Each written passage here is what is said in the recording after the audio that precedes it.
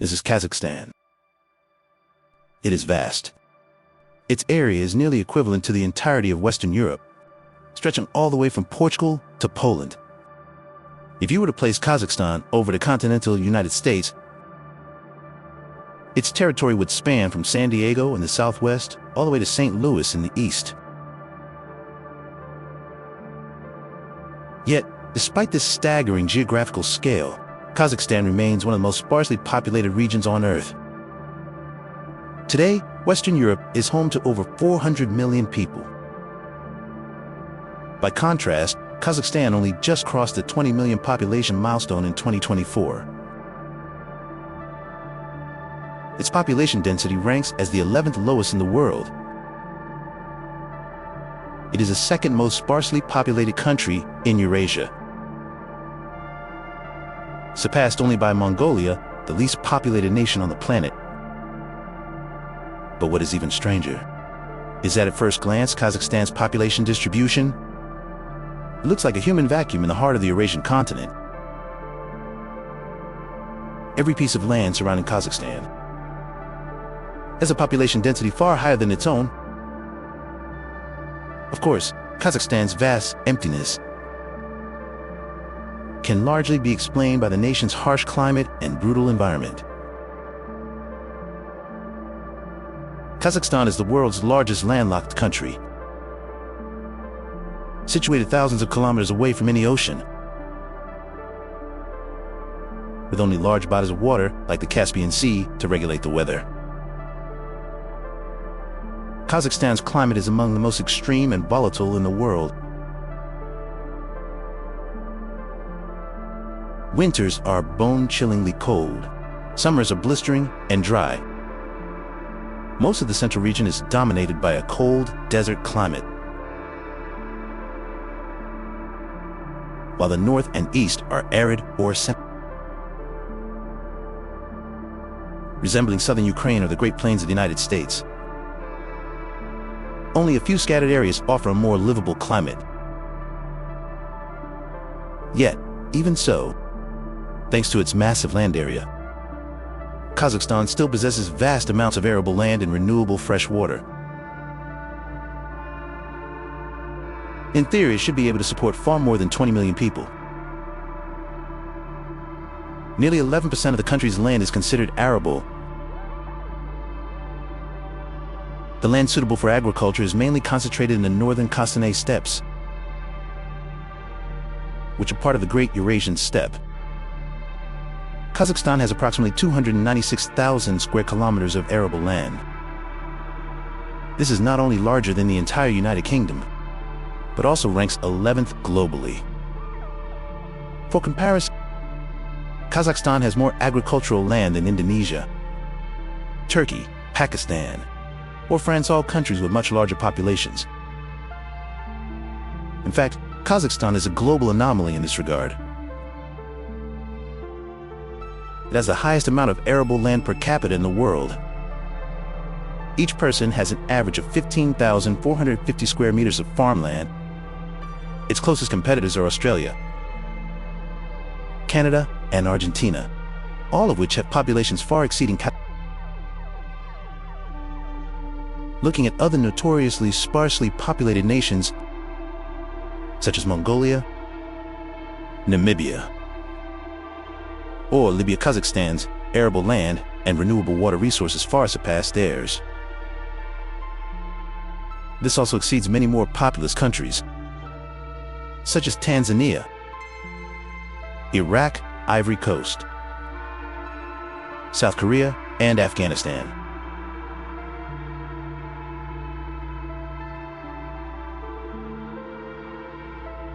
Its waters originate from glacial melt in the Tian Shan Mountains of Kyrgyzstan. It once fed the massive Aral Sea. The country also entirely contains Lake Bok, along with countless smaller rivers. Today, Kazakhstan's population distribution essentially follows the freshwater, such as along the banks of the Syr Darya. But even with the dry and cold climate, Kazakhstan's arable land and fresh water should be enough to support a much larger population. it really shouldn't have only 20 million people. In fact, if the 20th century hadn't been a continuous disaster for the region, its population density would be much higher today. It can be argued that on this earth, few countries have had their natural geography so severely sabotaged by human action. The reason why the heart of Eurasia remains so empty today, despite having so much land and water, is rooted in the century of heavy burdens left by the 20th century. Even today, Kazakhstan is still struggling to play catch-up with its demographic geography, facing historical issues that most nations never have to encounter. The concept of Kazakh emerged in the late 5th-10th century. In 1465, the Kazakh Khanate first appeared. This was a nomadic steppe empire. For centuries, it spanned across central Eurasia, from the Caspian Sea in the west to the Tian Shan Mountains in the east. Around the same time, the Tsarist of Russia rose around Moscow and began to expand in all directions, seeking more defensible borders. The traditional boundary between settled Russian society and nomadic Kazakh society roughly followed the line separating the northern forests from the southern steppes. Two stopped centuries of frequent raids by nomadic steppe tribes. Russia built a series of fortresses along this geographic border in the 17th and 18th centuries, stretching from the Caspian Sea to the Tian Shan. This marked the beginning of Russian settlement in what is now Kazakhstan. Many of these fortresses later grew into important 21st century cities. Many were built and originally settled by Russians, yet they are located within Kazakhstan today.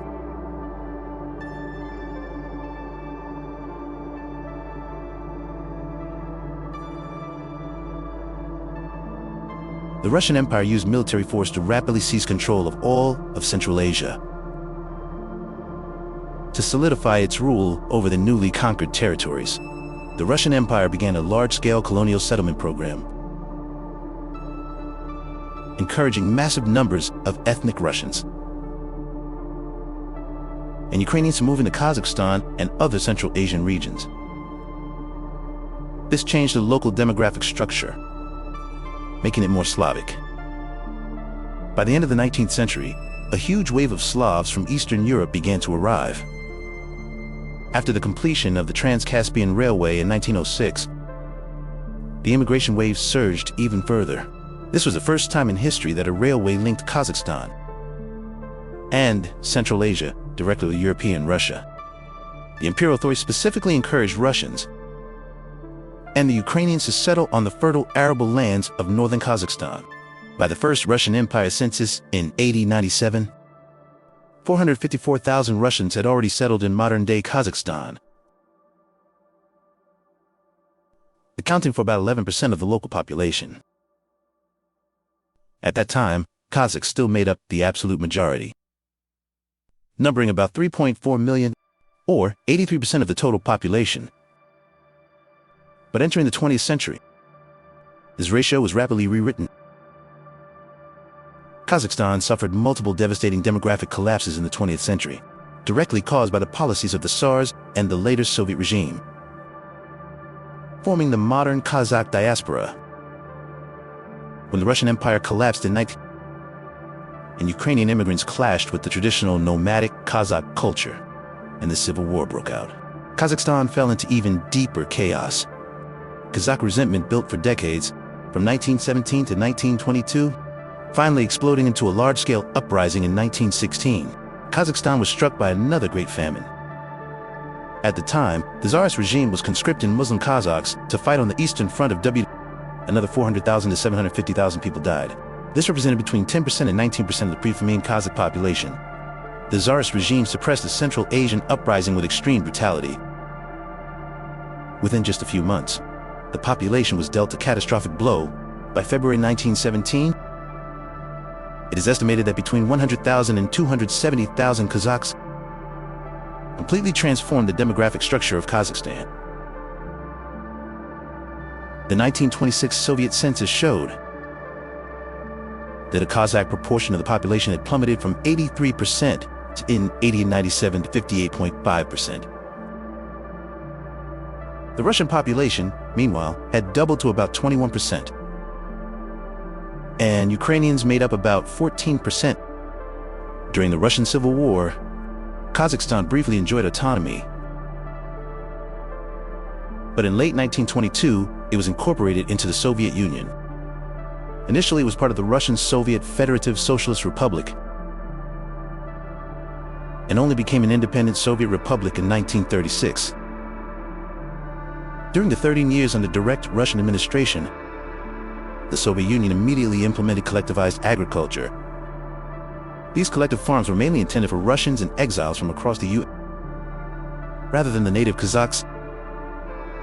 In 1928, Stalin launched the first 5-year plan.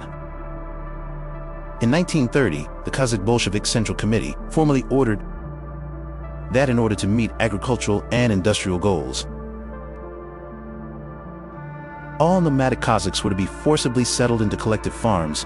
Overnight, this policy forced Kazakh herdsmen who had lived nomadically for millennia, subsisting on the meat and milk of their livestock, to abandon their traditions. They were turned into grain farmers, and wealthy herdsmen had their livestock seized.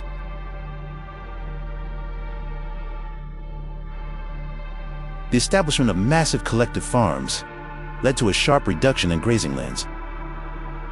Between 1930 and 1931, the Soviet authorities seized at least 1/3 of Kazakhstan's grain and livestock, transporting it all to major cities like Moscow and Leningrad. This ultimately triggered one of the most severe man-made famines in human history. Soviet policies only made the catastrophe worse. Regions that failed to meet grain quotas were blacklisted, banning them from trading with other areas. In effect, this trapped the starving Kazakhs in a vast zone of death. In just 3 years, between 1.5 and 2.3 million people in Soviet Kazakhstan died of starvation. At least 1.3 million of them were ethnic Kazakhs. This was the most violent population crash in Kazakh history. Nearly 42% of the pre-1929 Kazakh population perished. Minorities like Ukrainians also suffered heavy losses,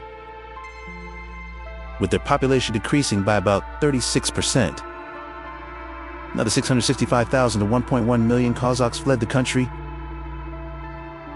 Taking their livestock, they fled to China, Mongolia, Afghanistan, Iran, Turkey, and other Soviet republics, further expanding the diaspora. This also worsened the domestic food shortage. The famine and the resulting refugee tide saw the Kazakh proportion of the population crash from 60% to 38%.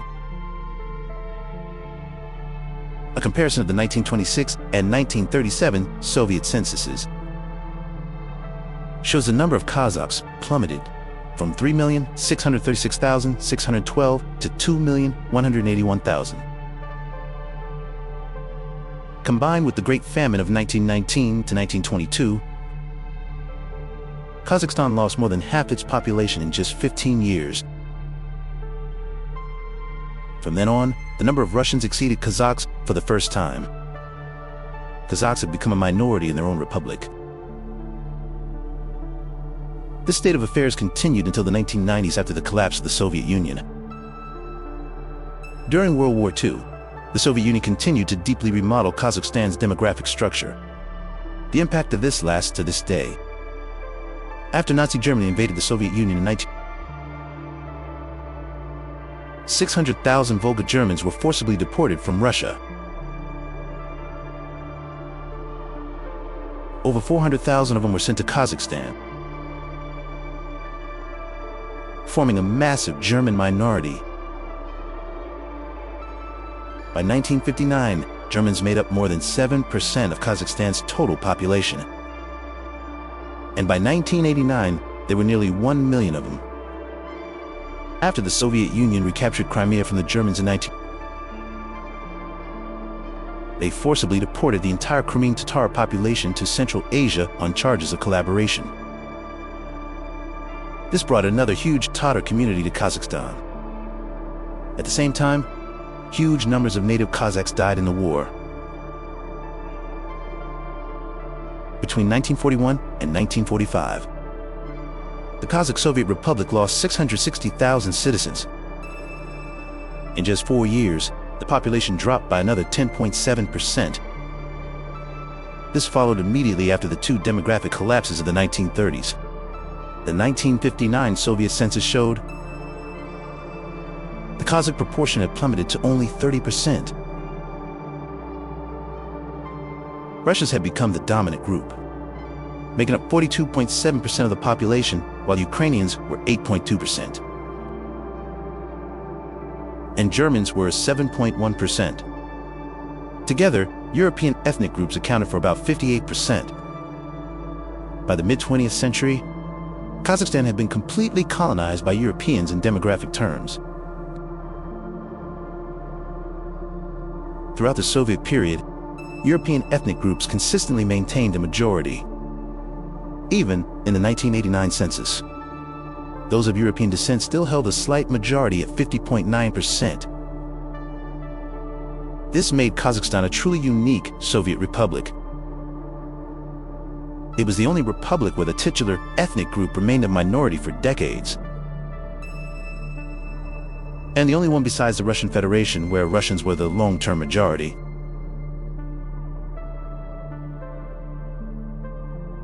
Demographically, it was almost an extension of Russia.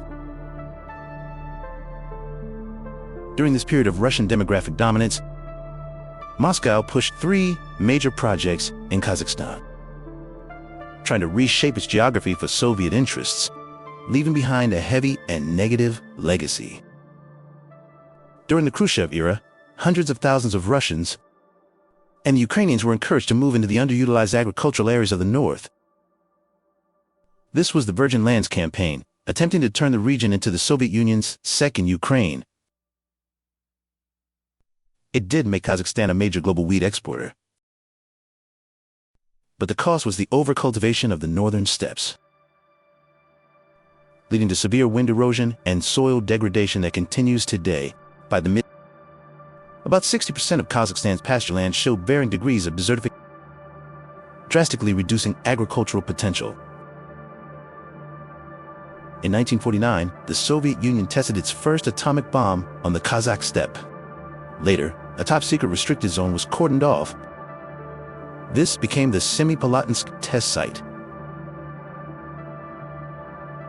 In the 40 years between 1949 and 1989, 456 nuclear weapons were detonated here. This accounts for about 1/4 of all nuclear explosions in human history, making it the most heavily bombed region on Earth. The true ecological and health consequences were covered up by the Soviet Union until the 1990s. Kazakh experts estimate that 1.5 million Kazakhs were directly affected by nuclear radiation over those 40 years. But the Aral Sea remains the heaviest ecological burden the USSR left for Kazakhstan. Spanning modern Kazakhstan and Uzbekistan, it relied on 2 great Central Asian rivers, the Amu Darya and the Sir Darya, in the 1960s to grow cotton in the Uzbekistan desert. The Soviet Union built a vast network of irrigation canals, diverting huge amounts of water from both rivers. This cut off the Aral Sea's primary water source. In a harsh desert environment with high evaporation and little rain, the Aral Sea rapidly withered and died. By 2007, its surface area had shrunk by more than 90%. As the water evaporated, the salt remained. By 2004, the salinity was nearly 3 times that of seawater.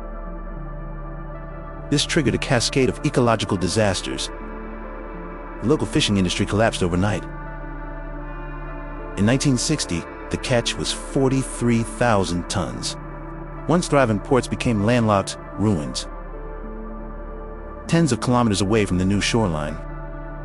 groundwater levels dropped, and coastal vegetation died off, the exposed lake bed became a new desert.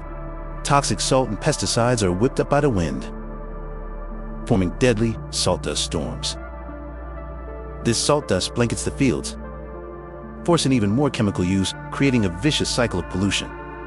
The Aral Sea once regulated the climate, blocking Siberian cold in winter and cooling the region in summer. With its disappearance, western Kazakhstan's summers became hotter, and its winters longer and colder. Rainfall has decreased significantly. Most critically, water vapor from the Aral Sea used to form snow in the Tian Shan, feeding the glaciers. With the sea gone, snowfall has decreased, and salt dust is covering the glaciers, causing them to melt faster. Tian Shan glaciers are now melting 12 times faster than before the Cotton Campaign. If they vanish entirely, the Seer Darya and Amur Darya will dry up forever, causing irreversible damage to the region's water resources. When the Soviet Union collapsed in 1991, Kazakhstan suddenly became independent, inheriting a century's worth of demographic and geographic burdens. After 2002, the population finally began to grow again. President Nazarbayev implemented policies to encourage the Kazakh diaspora to return home. Focus was placed on settling them in the Russian-majority north. The country opened its oil and mineral sectors to massive foreign investment. In 2000, the Kashagan oil field was discovered in the North Caspian. With 13 billion barrels of recoverable reserves, it exceeds Algeria's entire national supply. By 2012, foreign investment topped $116 billion, making it one of the world's most expensive energy projects. Kazakhstan surged to become the world's 12th largest oil producer and 11th largest exporter. Economic growth triggered a massive rebound in fertility rates. By 2021, the Kazakh fertility rate exceeded 3.3, a level not seen since the mid. In modern demographies, this is incredibly rare, moving from one of the lowest birth rates in the world to one of the highest in just decades. Today, Kazakhstan's population pyramid is quite unique. There is a severe shortage of 80 to 32-year-olds, yet a massive number of children under 15. 40% of the population is under the age of 25, a figure that stands out among former Soviet nations. In 2024, Kazakhstan's population finally broke the 20 million mark. In conclusion, Kazakhstan's vast, empty spaces